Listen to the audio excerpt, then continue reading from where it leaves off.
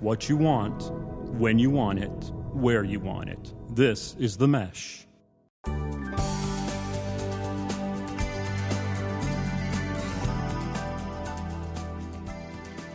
Hello and welcome to Stepping Up Service for December 2011. I'm Alan Jackson with the Jackson Group, and with me as always is Ed Gagnon with Customer Service Solutions. How you doing, Ed? Doing great. How you doing, Alan? Doing just fine. Ed's company is Customer Service Solutions. You can find them at cssamerica.com, and I'm with the Jackson Group at thejacksongroup.com. But we're here to talk about customer service today as part of our ongoing show, Stepping Up Service. What we're going to do is we have a topic we're going to discuss. It has to do with how to say no to customers or potential clients. And then we're going to go and do what we do every month, which is we're going to share our customer service story of the month. And then we're going to be a little festive with some positive ones here at the end of this episode. So stay tuned for that.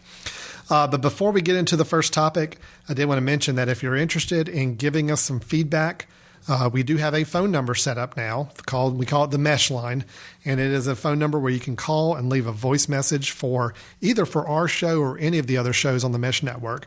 Leave a voice message if you have a question, if you have an idea for a future topic, something you'd like for us to address on the show. We'd love to hear from you.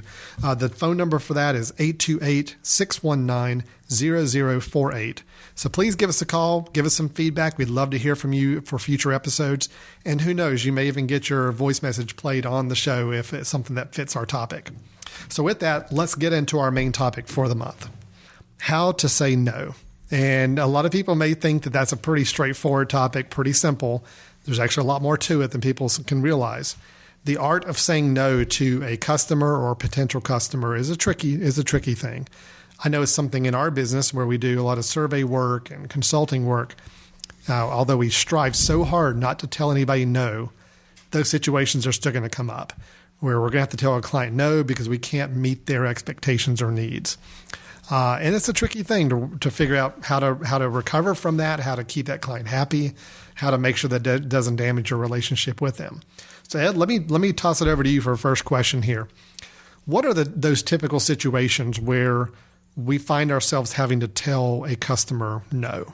Okay, that's a great question, Alan. And when you think about the types of situations that you might find yourself in as an employee, standing face-to-face with a customer or being on the telephone with them, typically if you find in your gut you're getting ready to tell somebody no, it's because they're requesting something that is just against company policy. So you're going to have to say no to that request. Or maybe they want something done in a certain time frame that is just too tight. You know, they want it done in a day and it's really going to take a week. Right. And so you cannot meet the time frame. You're going to have to say no. Or it could be a situation where they want something done in a certain way. You know, they want to go through the steps of A, B, and C. That's the way they want it handled. But in the reality, the way it works is you have to go through steps D, E, and F. So those are the typical three reasons most often why you're having to tell the customer no. It's the policy is contrary to what the customer requests, the time frame's too tight, or the process. It just doesn't work that way. Right.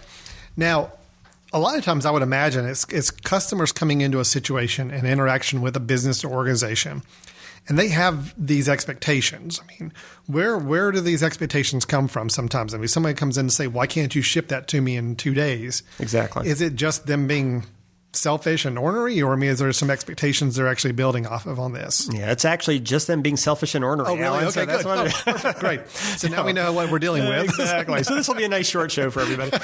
But there are many different ways that customers can develop expectations. I mean, sometimes literally they just can pull them out of thin air and they come in with their own expectations. Sometimes they've been referred to your business by a friend, by a coworker, by a relative, and that other person through word of mouth conveyed a certain expectation, so they come in with that particular expectation. It could be a situation where maybe there was something that was out there from a marketing perspective and it kind of overpromised or wasn't very clear about what the customer should expect in their experience, so they come in with that expectation. Sometimes even because that customer may have worked or purchased a product or service or had a relationship with another organization, how that other organization interacted with them could give them an expectation for how your business, your organization is going to interact with them. That's a very good point. Actually, that's something I think I face personally, I know in our type of business, is somebody who changes vendors, working with a new vendor, and you've got these expectations of, well, this is the way they did it before.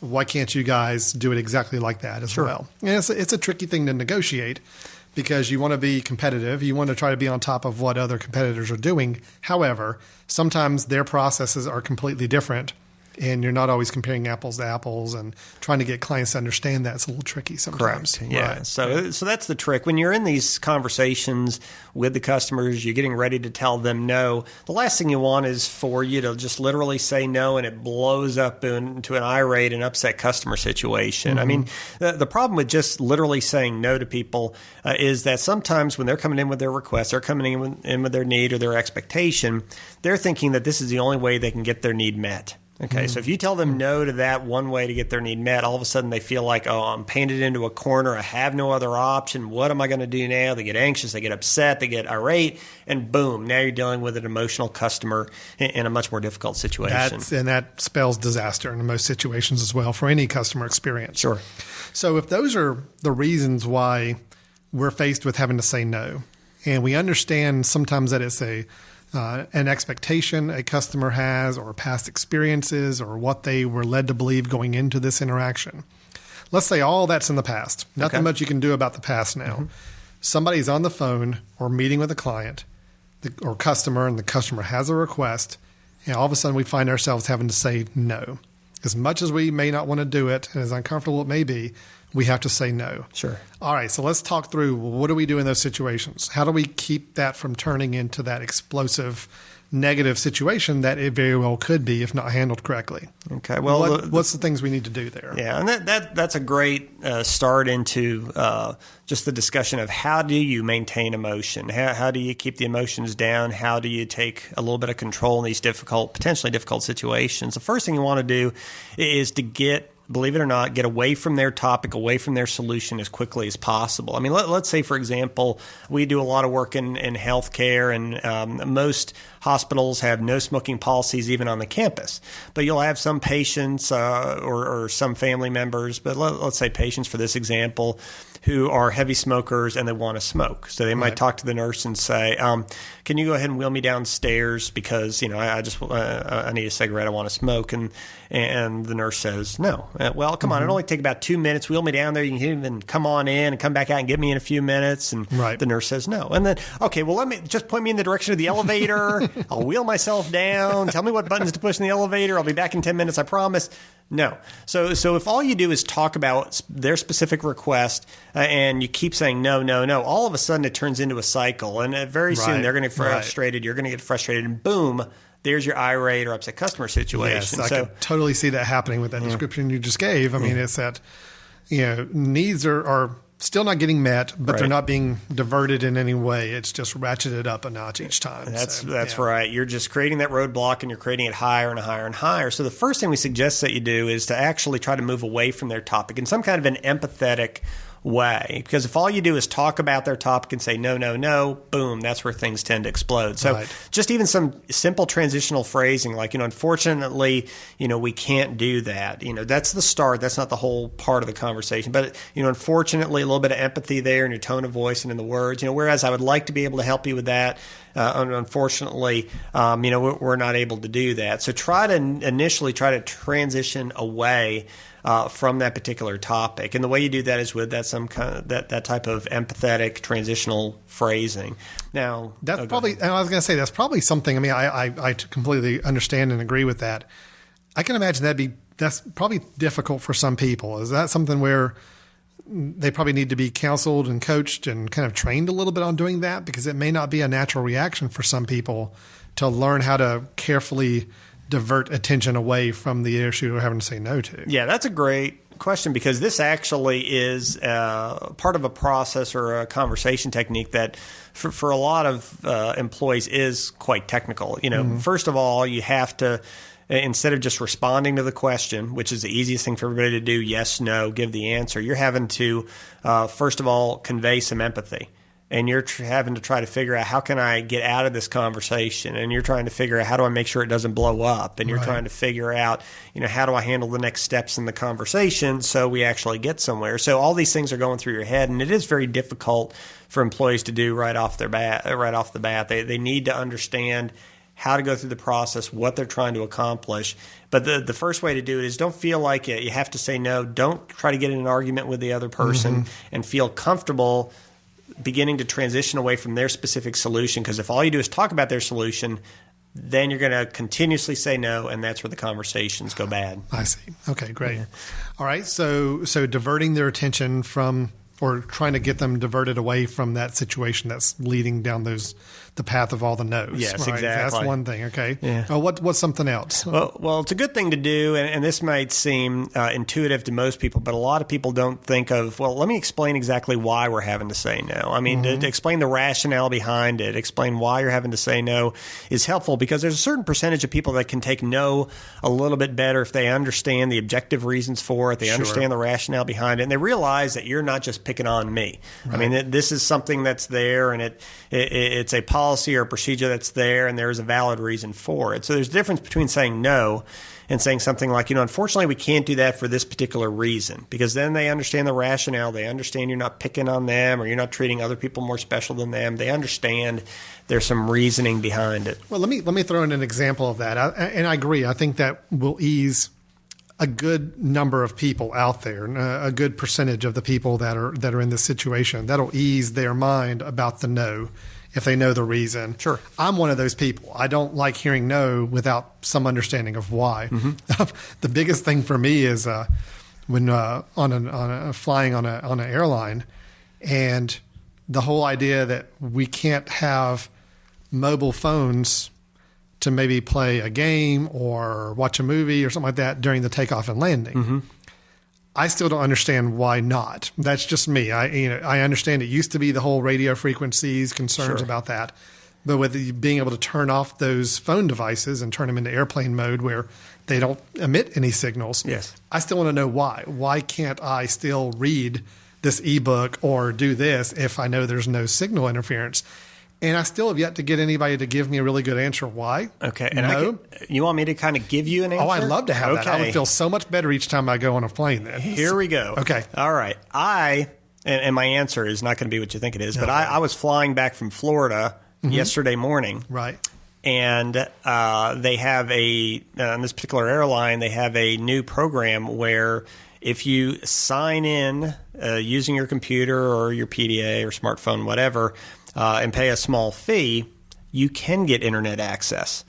So there is the capability to do it. They're charging a fee now to do it. I literally was emailing my wife saying, hey there, I am east of Jacksonville at 36,100 feet, right. 300 some miles from Charlotte. So there is the capability now. So maybe part of the reason why they couldn't tell you no is because technically, from a technology standpoint, there wasn't a good reason why they couldn't tell you no. That reason had gone away. Okay, so it could be a money thing going on there, a little added revenue service fee. Sure. Well, but to me, that's an example of, I see people get very frustrated on an airplane when the people have to come down the aisle and say, oh, you need to turn that off, or you can't do that right now. Right. And people are like, why? Right. And I personally never really get a good answer why. And it does make people more frustrated. And that's something people gripe about. Right. So you're right. I think if they could come out with an answer that, whether it's factual or not, at least is an answer that makes sense. Exactly. Then I think we could all sit back and say, well, okay, I'm not happy about it, but at least I understand why. Sure. People can understand safety, security, consistency, things like that. People cannot understand something that's not articulated to them, that's not told to them. And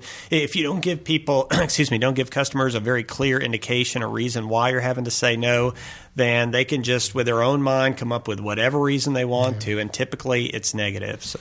Well, I think in a way this also points back to the organization, and maybe it's probably a whole different topic. I don't want to get too far down this path, but it also causes you as an organization to start questioning yourself why you have some of the policies in place. Sure. Because I know there's a lot of organizations, and hospitals are a good example of this that we both work with a good bit, where sometimes you have policies in place that have just been there for years, and they may not really be applicable anymore. So all of a sudden, you're telling people no because of a policy that doesn't really make any more sense than anymore. That's a little frustrating as well for that patient or that customer or client or anything else.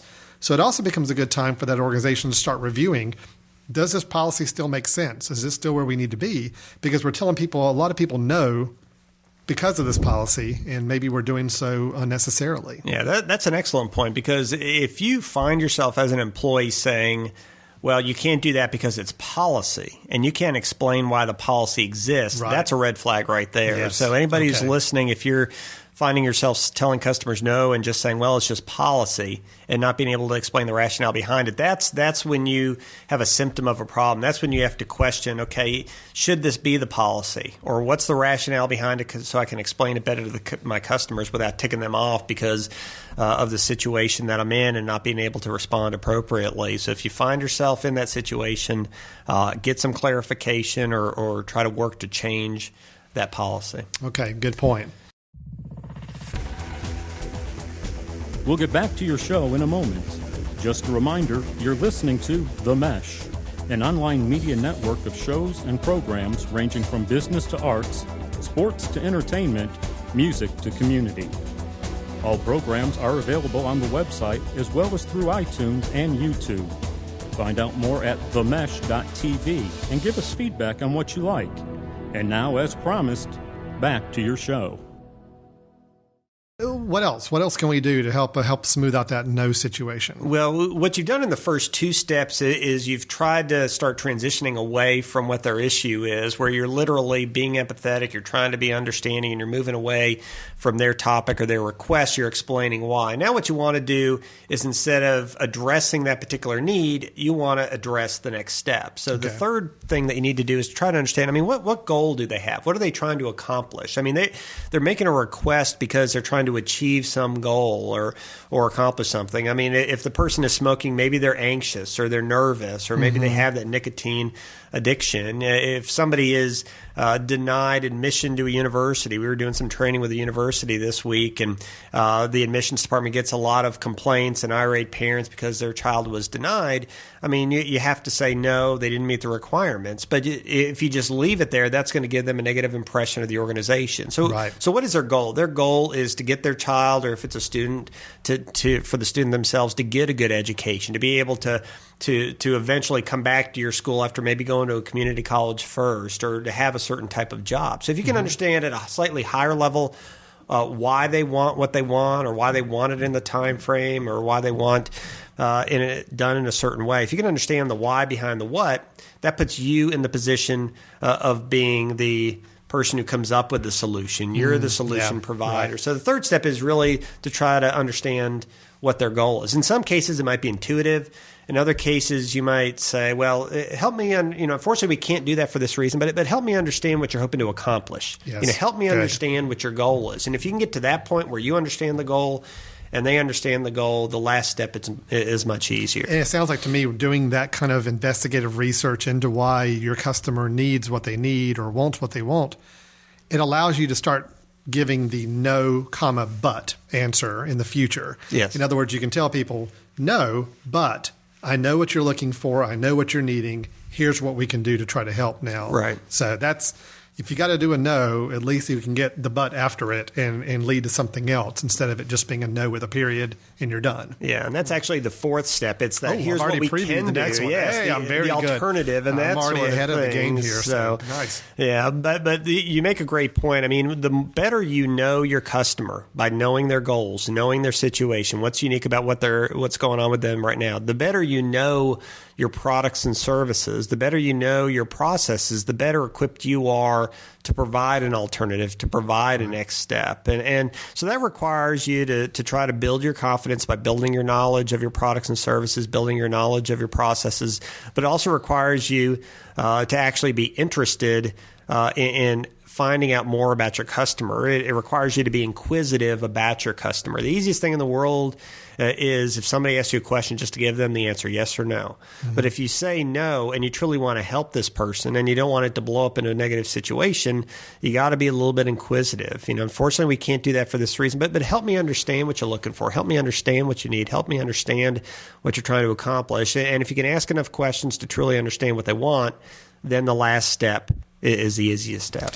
Well, and even if you ask all the questions and you are still at a roadblock, yes, where you still cannot help this person, you can't even point them in the right direction, I would imagine that by you asking the questions and engaging that dialogue, you've still turned that into a better situation than it was with just the no. Sure. Okay. Because that's a definite outcome, because at that point they feel like you've been patient with them. They feel like you cared enough to inquire. You've been empathetic, so they feel like you've tried to be understanding. There's a big difference between a customer interacting with an employee and perceiving them to be a roadblock, saying no, and not getting what they want, versus a customer still not getting what they want, but they're interacting with somebody who obviously cares, who obviously is trying to understand, who obviously is being empathetic and is trying to help them out. How that customer responds in those two situations, even though in a sense the outcome could be the same. You know, they're not getting the service or product or whatever they want,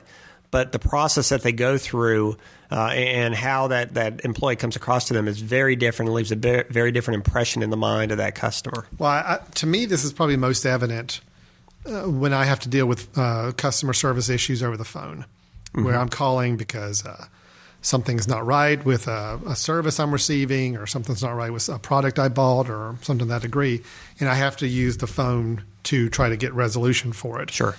I can think of several instances where the answer was still no, that I was being told for whatever reason. But there's a vast difference between somebody just saying, nope, can't do it, sorry, versus somebody else saying, well, no, but let's talk a little bit more. I want to find out if there's anything else we can do to help you. Let me ask you some questions and find out. I've had a couple of those experiences just in the last couple of weeks. And it does make a big difference, even if the same result comes to me when I'm off the phone. I'm still stuck with a no. At least I felt like somebody was trying. You know, I felt like that person was at least taking some time out of their day to step a little bit beyond their typical job role to try to find out how they could, or if they could, satisfy my need. Right. And you know, there have been studies that have shown that 68% of lost business is due to perceived indifference, that the customer perceived that the company or the employee didn't care. So you could give them the same response, but if they perceive you're trying to help, you're trying to come up with alternatives, you're asking the right questions, you're not just saying no, that has a huge impact on retention, which is bottom line oriented. So that's a whole indifference thing. So even if, I mean, I hate saying that, you know, anybody would ever fake this kind of encounter, but you know, even if it's a matter of knowing that you always follow up a no with some questions and some dialogue, even if you already know way in advance, there's still nothing I can do to help this person. Sometimes even just taking that extra couple minutes to work with them and talk, and if you can think of any ideas or suggestions for that person to help satisfy their need, you can throw it out there. But that alone, it sounds like, has a positive impact on that person when they leave that encounter. Sure, it has a huge positive impact. I mean, I'm thinking of just an example. I know we're not getting to our stories quite yet, but thinking of an example I had where I needed to change the plan on my family's cell phone, and it dealt with texting, and I don't do texting. I had to deal with this just last week too. So go ahead.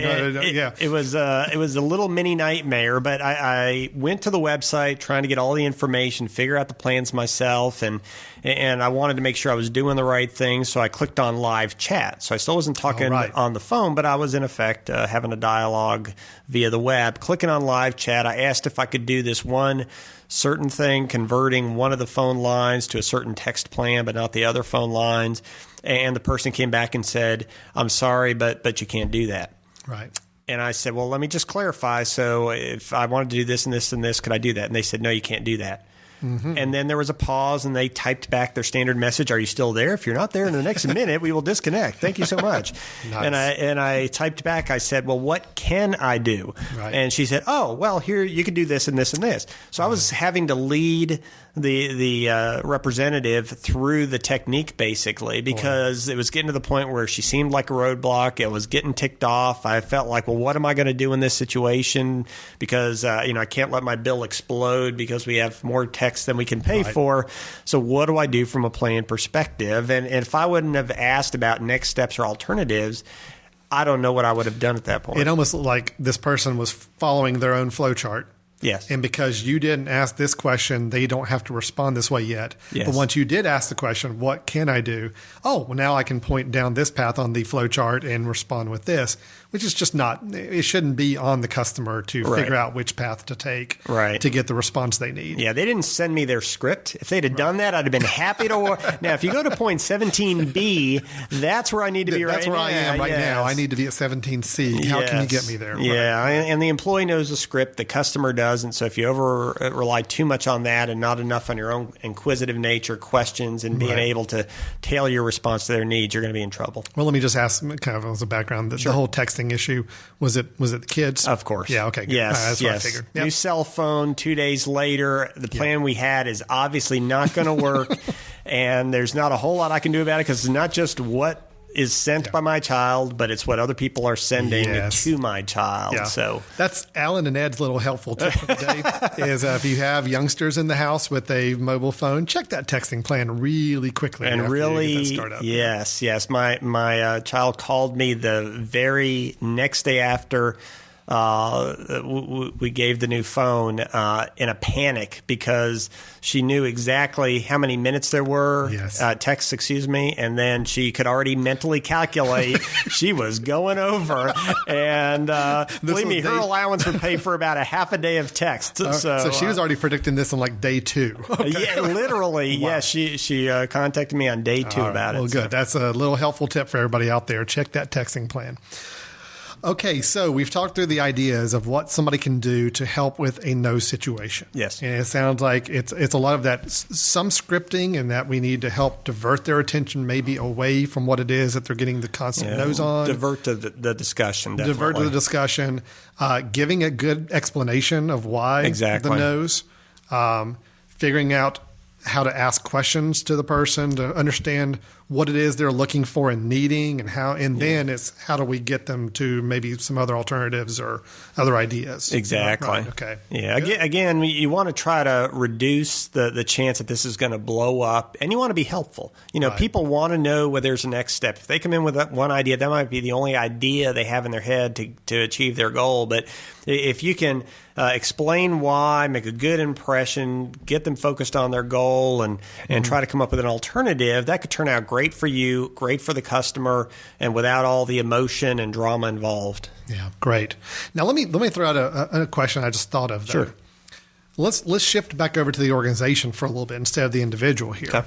If there's a situation where you're having to tell clients no a lot on one particular aspect, as an organization, I'm just kind of throwing this out there. As an organization, I would think that that's something you need to start paying attention to.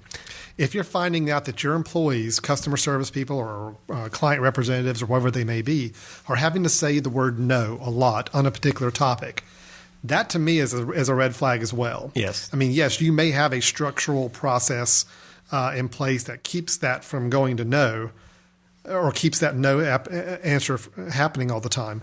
But, you've got to look back at your organization and say, why is it we're saying no 20 times a day on this one particular topic? Right. Because that means people are needing something from us that we're not able to provide. Why are we not able to provide it that way? Mm-hmm. Sometimes there's a good answer. Sometimes there's not, like what we were saying about these policies, and some of these things have been in place for years, maybe for no reason. So I would say to organizations as well, keep track of what you're having to say no to, because there could be some opportunities not only for strengthening your company, but there may be an unmet need out there that your clients are needing from you that you're not providing.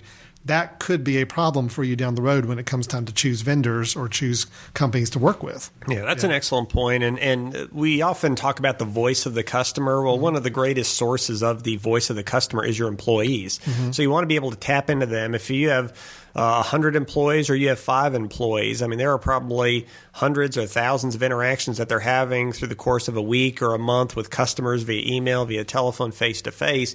And you can literally just have those debrief meetings with your employees periodically. So what kind of questions are you getting more frequently from customers than you had in the past? What kind of issues are you running into where the customer has a need and you just can't fill it? And what types of topics are you having to say no to the customers? So make sure you're very intentional about, with some frequency, at least monthly, having managers, supervisors, some leaders in some way, just tapping the brain of those employees and trying to understand what the customers are asking about, how their needs are changing, and what sort of issues there are that you need to get to the root cause of within your organization, so that maybe your employees don't have to say no so often. Yes, great. Good point.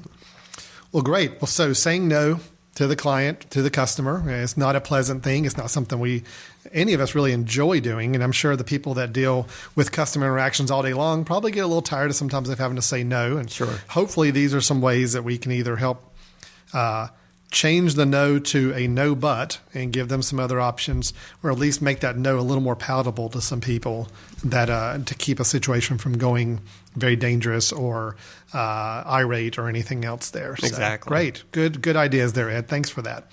Now, as always, we like to share one customer service story from the past month that we like to share. And we normally try to do one positive and one negative. But you know what? I'm in the holiday spirit. It's the end of the year. There's festive things going on all around us now. So let's both do a positive story. Would that be okay? Yeah, that sounds great. Plus, you already did your texting story. That was kind of a negative Good point. story there. Yeah, So sorry we've already to got blow one. it there. Sorry. Yeah, no, that's okay. You already did that. So let's share a couple of good positive stories. Let's leave 2011 with some positive notes here for people. Okay. Ed, could you go first and share Sure. with me your positive customer service experience for the month? Sure. Well, I mentioned my flight back yesterday from Florida, and prior to the flight back, I was walking through the airport, and if you've ever tried to purchase something at a stand or in one of the newsstands at the airport, customer service is not exactly their strength. You know, they're not Disney typically. And I went to this one place, and it was a donut and coffee place. I'll let you determine what the name of the company was. But love their donuts, love their coffee. And I said, I really need to have something. So I didn't really think at all about the employee customer service angle to it. I just thought about, give me some coffee to wake up, get me a donut. So I got in line, got my items, and there were 4 or 5 people ahead of me. And I noticed that the person at the register, she was just chipper. She was engaging folks, and she wasn't talking fast, but she was talking a lot to the customers. And what do you have there? Would you like something else? And how you doing today? And at this point, I believe it's about 6:50 in the morning. I got to the airport kind of early, and the next person came. I came up, and she joked with me a little bit, and I walked away. And being a customer service person, I sat down and just started watching her. And she was consistent, and she was bubbly, and the customers were laughing. And it's 6:50 in the morning, getting your coffee in an airport, and the customers are laughing. When they moved away, she was walking around and mingling with them while they were getting their coffee prior to going to the line. That's and such a nice she was patient. thing. And it's something that we might not say, that is outstanding customer service. But in this day and age, that is outstanding customer service. It's a person working by themselves in the middle of the airport, no manager around, 6:50 in the morning. And she is just engaging, having fun, making the customers laugh, still making the sales offers, proactively engaging those customers and being very patient with each one. There was one lady who was taking a long time to get her money, very patient, keeping the conversation going. She realized it wasn't about the transaction. It wasn't about some manager breathing down my neck. It was about me enjoying my work and creating a positive, fun environment for those customers who have to be in an airport at 6:50 in the morning themselves. So it was great. Well, I think that's even more impressive because the airport retail environment is just such a completely different model than what we see in so many other places. You've got people that are normally in a hurry, more so than normal. You've got people that are a little tense. A lot of people are very stressed when they travel. You've got just a lot of other activity to deal with there. Great point. So to know that somebody was going over and above the call of duty on their service mentality in that kind of environment is even more impressive. So So I was thrilled with it. that's great. That's a good story. Okay, well, I've got one that is honestly 4 hours old. This honestly happened just this morning. Okay. And so this is fresh on my brain. Great. And it's for a local firm, and I'll give them a plug because I think they do it right. And I'd love to see them get the recognition they deserve for this kind of work. But, I have a plan for my air conditioning unit at my house where a firm comes in a couple times a year and just does some overall maintenance just to check it out, especially now that it's starting to get colder. I want to make sure it's not going to break on me here in the next little bit. A company called 72 Degrees here in Catawba County, here in Hickory, where we are.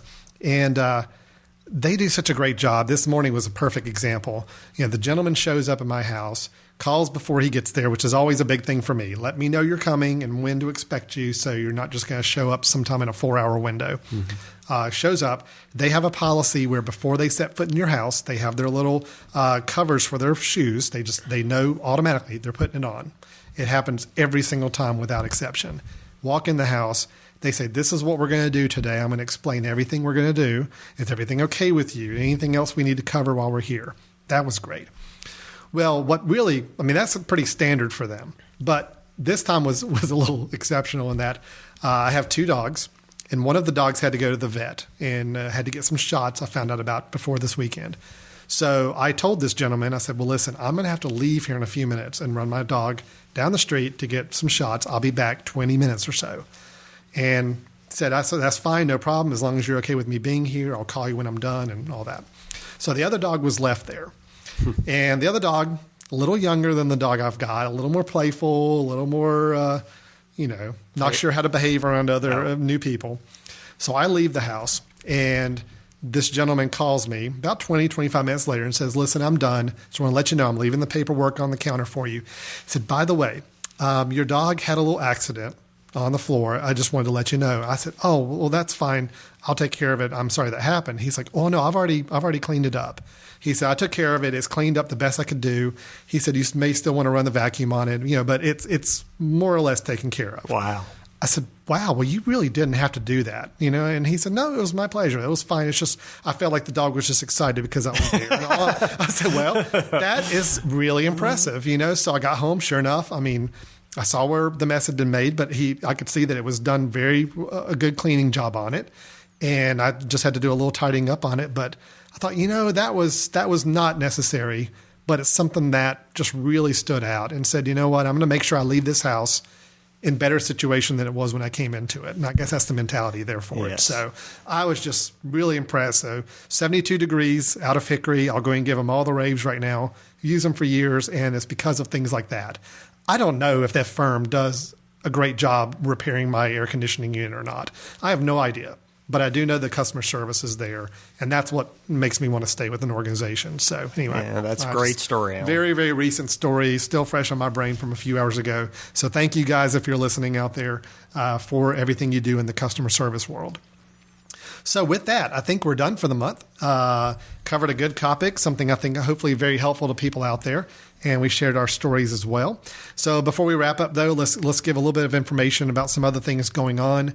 As always, Ed Gagnon, Customer Service Solutions. Ed, what's your website for people to learn more about your organization? It is cssamerica.com, like Customer Service Solutions, cssamerica.com. Great. cssamerica.com for Ed's company. My company is the Jackson Group, and that's THE Jackson Group, all one word, .com. Conducting satisfaction surveys and doing some consulting and leadership development as well on that. So we're very happy to have you with us on Stepping Up Service. Again, I'll mention the Mesh line. If you have any comments, questions you'd like to share with us about the show, ideas for future topics, questions you'd like for maybe us to address in a future show, feel free to leave it at this number, 828-619-0048. Let us know what you think of the show or any ideas you have for future topics. And as always, please check out any of the other Mesh shows out there on the network, especially those in the business arena, kind of related to this show a little bit. Well, we do have one on leadership development called Leadership GPS. We have one on creative thinking and more creative operations of a business, and that's free range chicken thinking. And we've actually got a new one starting up probably first of the year having to do with public relations and marketing, which I'm really excited about seeing that one start up as well. So a lot of great things happening at The Mesh. Feel free to check out The Mesh at themesh.tv. And we hope you visit us there and find out what all we have going on the network. So with that, we'll wrap up. Thanks a lot, Ed, for coming in and recording the show with us again. We'll look forward to talking to everybody next month.